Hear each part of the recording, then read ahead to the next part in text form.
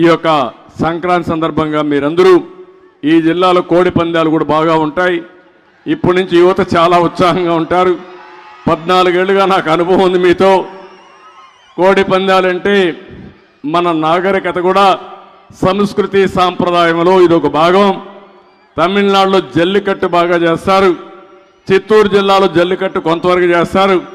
కానీ గోదావరి జిల్లా ప్రత్యేకత కోడి పందాలు. కోళ్ళు రెడీ అయిపోతున్నాయి, ఎక్కడికక్కడ పందెం కోళ్ళు హుషారైపోయినాయి.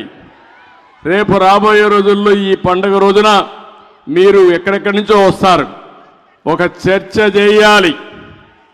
మళ్ళీ మనందరికి కూడా తెలుగుదేశం జనసేన ప్రభుత్వం రావాలి, దానికే ఓటేస్తామని మీరు సంకల్పం చేసే విధంగా వెళ్ళండి. సంక్రాంతి అగైన్ మీకు అందరికీ శుభాకాంక్షలు. ఎక్కడ కూడా కోడి పందాలు కూడా హద్దులోనే ఆడండి.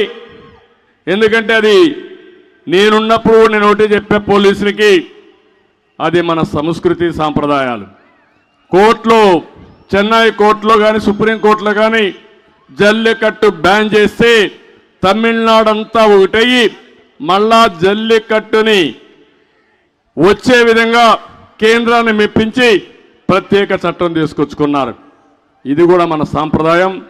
సాంప్రదాయంలో భాగంగా ఉండే కొన్ని విషయాల్ని రాజీ పడకుండా ముందుకు తీసుకుపోవాల్సిన అవసరం ఉంది. భావి తరాలకు కూడా అందజేయాల్సిన అవసరం ఉంది. కానీ ఏది కూడా హద్దులోనే చేసుకోవాలి. ఆ విధంగా మీరందరూ కూడా ఈ సంక్రాంతి శుభాకాంక్షలు తెలియజేసుకుంటూ, ఈ సంక్రాంతి మీ జీవితాల్లో నూతన వెలుగు తీసుకురావాలని మరొక్కసారి ఆకాంక్షిస్తూ మీ అందరికీ సంక్రాంతి శుభాకాంక్షలు.